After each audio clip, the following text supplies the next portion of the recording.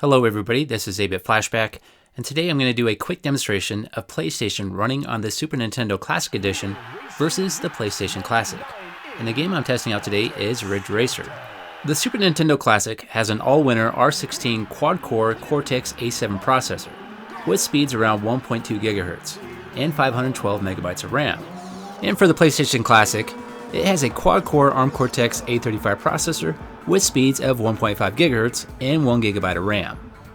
So if we go off of just the specs alone, the PlayStation Classic should be the clear winner, but that's not the case, at least with this specific game. So obviously my Super Nintendo has been hacked so it can run PlayStation games, and it's using the PC-SX rearmed emulator with RetroArch, which is the same one the PlayStation Classic uses, except without RetroArch. So I recently reviewed the PlayStation Classic, and Ridge Racer was probably one of the worst playing games on the system. The graphics just didn't look that great, and the controls felt absolutely horrible. They just felt sluggish and delayed, making the game unenjoyable to play.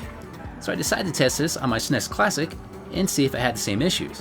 When I hit that D-pad left or right, it responds just like it should, so I can actually enjoy playing this game.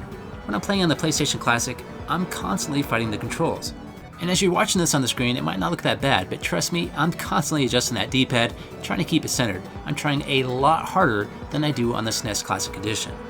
So because of this, the SNES Classic is the clear winner when playing Ridge Racer against the PlayStation Classic. Which doesn't make any sense. The PlayStation should be able to play its own games better. Now to be fair, the PlayStation compatibility is limited on the SNES Classic, and some games don't play so great, such as Tekken 3. Graphically, it looks about the same, but it does have some sound issues, which might be able to be corrected with RetroArch settings, but I haven't messed with that yet. I think the main problem with the PlayStation Classic is they designed it to where it can just barely play its own games. With the SNES Classic, they designed it to where it can play its own games and has plenty of extra power to go.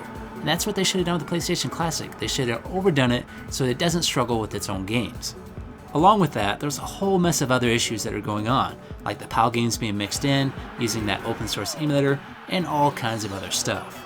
And I know I've been talking about this, and once it gets hacked, it's going to be so much better, and it's definitely going to be better, but I still think we're going to have issues with compatibility with PlayStation games. I think there's a lot of games that this system is not going to be able to handle, and that's unfortunate. Okay, it's time for me to go. If you liked that video, please hit that like button, and don't forget to subscribe, and have yourself a great day, and I'll see you next time.